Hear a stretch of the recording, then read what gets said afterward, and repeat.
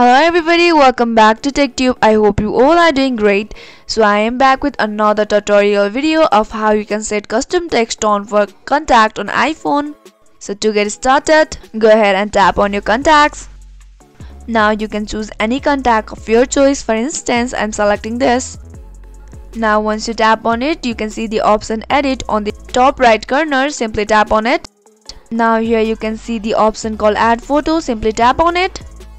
Now here you can see the monogram. Click on it. Now you can click on the name. Now here you can customize the name of your choice. You can just edit it.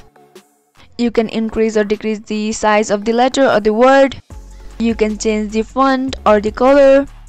Here you can also choose the density of the color. Once you have just customized it, you can tap on done and you are good to go. So I hope you found the video to be helpful and informative.